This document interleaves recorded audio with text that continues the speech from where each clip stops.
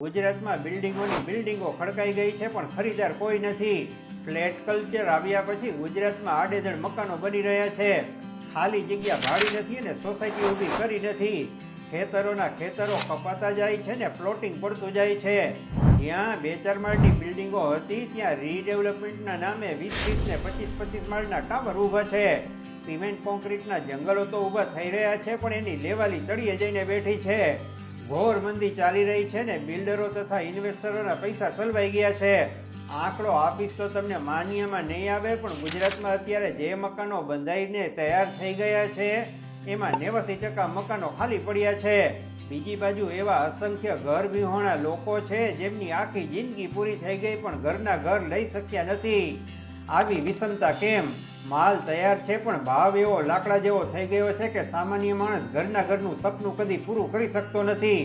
ધૂમ નફાખોરી, આવાસ યોજનાઓના મિસમેનેજમેન્ટ અને બિલ્ડરો સાથેની રાજકારણીઓની સાંઠગાંઠને લીધે ઘરના ઘરનું કોકડું એવું ગૂંચવાઈ ગયું છે કે એનો ઉકેલ જડતો નથી.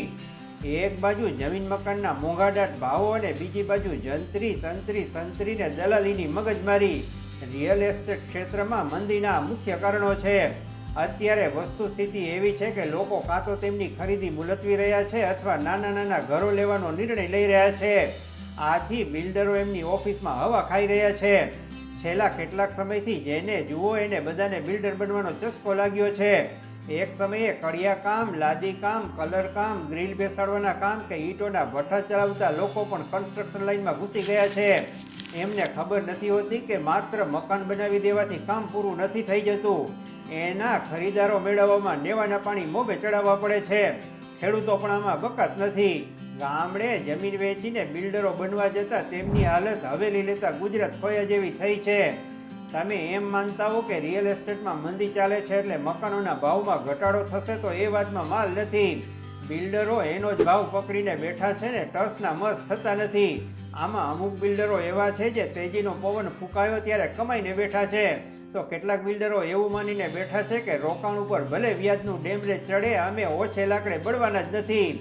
બિલ્ડર લોબીનું કહેવું છે કે રો મટીરિયલ અને કન્સ્ટ્રક્શન કોસ્ટ આસમાન ચૂમી રહી છે.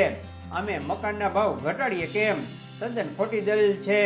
હકીકતે બિલ્ડરો મસ્ત મોટી જાહેરાતો કરે છે, સરકારી બાબુને પ્લાન પાસ કરવાના પૈસા આપે છે અને બેંકમાંથી લીધેલી લોનનું વ્યાજ આવે છે એ બધું જોડીને ઘરના ભાવ નક્કી કરે છે. બીજી બાજુ કયા લતામાં કેટલો ભાવ રાખવો એવો કોઈ કાયદો તો આપણે ત્યાં છે જ નહીં. તેઓ ગ્રાહકો પાસેથી મન ફાવે એવો ભાવ લે છે. એમાંય જો ગ્રાહક અજાણ્યો હોય તો મૂડી જ નાખે છે.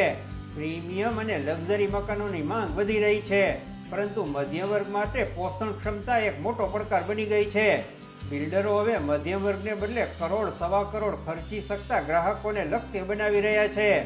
રાજકોટનો દાખલો લ્યો. રાજકોટમાં એવો કયો વિસ્તાર છે જ્યાં કોઈ મધ્યમ વર્ગનો માણસ મકાન લેવાનું વિચારી શકે?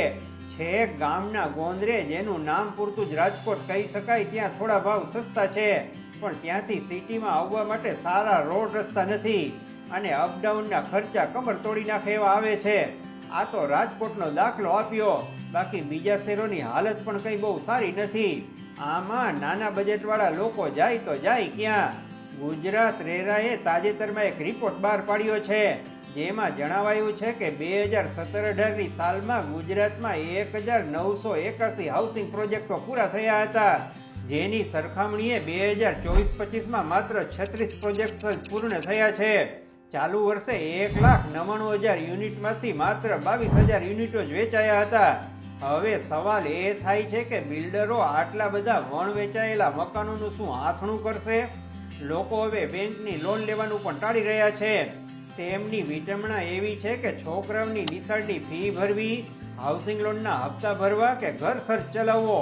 આથી એવા લાખો પરિવારો કાં તો સુવિધા વિનાના નાના ઘરોમાં રહે છે અથવા ભાડાના મકાનમાં જીવન બસર કરે છે. ટૂંકમાં રોકડે પૈસે ઘર લેવાય એમ નથી અને બેંકના હપ્તા પોસાય એમ નથી. સરકાર જે મકાનો બાંધે છે એની મજબૂતાઈ ઉપર કોઈને ભરોસો નથી. સસ્તો ભાવ હોવાથી લોકો સરકારી આવાસોમાં ઘર ખરીદી તો લે છે પણ પછી 2-3 વર્ષમાં એની રોકડી કરી લે છે અથવા ભાડે આપી દે છે. પોતાનું મકાન ભાડે ફરતું હોય ને પોતે જ ભાડેના મકાનમાં રહેતા હોય એવા એક નહીં હજારો દાખલા છે. લોટરી સિસ્ટમથી અપાતા સરકારી આવાસોમાં જબરી ઘાલમેલ થાય છે. ગુજરાતમાં એવા અનેક રેકેટો પકડાયા છે જેમાં મકાનોનો ડ્રો થઈ ગયા પછી રદબાતલ કરવો પડ્યો છે. જરૂરિયાતમંદો રહી જાય છે અને એક જ ઘરના 4-5 વ્યક્તિઓને મકાનો ફાળવાઈ જાય છે. ભલું થાય સોશિયલ મીડિયાનું કે આવા ભોપાળા ખુલ્લા પાડી દેતા દૂધનું દૂધ અને પાણીનું પાણી થઈ જાય છે. વળી જ્યારે સરકારી મકાનોનું વિતરણ થાય ત્યારે એમાં રિઝર્વેશનનું ભૂત તો ધૂણવાનું જ. એટલે આવી યોજનાઓ પણ ગરીબ લોકોને મકાન ભેગી કરવામાં સંપૂર્ણપણે સફળ થતી નથી. લખી રાખજો, રિયલ એસ્ટેટનો બનાવટી બેફામ ભાવનો ફૂગો આજ નહીં તો કાલ ફૂટી જવાનો છે. કારણ કે જે રીતે બિલ્ડરોએ મકાનોના ભાવો કૃત્રિમ રીતે વધારી દીધા છે તેની સામે લોકોની આવક એટલી વધી નથી રહી. આથી બિલ્ડરો પોતાના ભાવ પકડીને કેટલા દિવસ પકડી રાખશે? સફેદ હાથીને બાંધી રાખો, આકરો લાગશે ત્યારે જખ મારીને બિલ્ડરોએ ઝૂકવું પડશે. નહીતર ટાઈમ એવો આવશે કે નફાની વાત જવા દો, એમણે રોકેલા નાણાં પણ ઊભા નહીં થાય. તમે જાણો છો, હું જાણું છું, સરકાર જાણે છે ને સૌ કોઈ જાણે છે કે મકાનના દસ્તાવેજો ફૂલ વ્હાઇટમાં થતા નથી. 60% પૈસા વ્હાઇટમાં ને 40% પૈસા બ્લેકમાં આપવો પડે છે.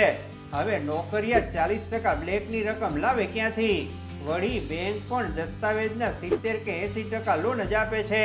બાકીના 20-30% અને બ્લેક મનીની રકમ મધ્યમ વર્ગી કદી ભેગી કરી શકતો નથી. આથી તે 1000 વાર ઘર લેવાનું નક્કી કરે છે ને 1000 વાર આ નિર્ણયને પડતો મૂકે છે. જે લોકો હાઉસિંગ લોન માટે બેંક માગે છે એ મુજબ કાગળિયા નથી આપી શકતા અથવા કોન્ટ્રાક્ટ ઉપર કામ કરતા હોવાથી કાયમી આવકનો પુરાવો નથી આપી શકતા, એવા લોકો સાથે બિલ્ડરો તેમની લાગણી સાથે ખિલવાડ કરે છે. બિલ્ડરો આવા લોકોને કહે છે મકાન પણ અમે વેચીશું અને લોન પણ અમે આપીશું, પણ વ્યાજનો દર અમે કહીએ એ પ્રમાણે આપો. તો ઘણા ઘલાઈ ગયા છે આવી સ્કીમમાં અને બેંક કરતા દોઢું વ્યાજ ભરી રહ્યા છે. આવા સેલ્ફ ફાઇનાન્સ બિલ્ડરો ઉપર સરકારનો કોઈ અંકુશ નથી એટલે ચાલે છે ભક્તિ.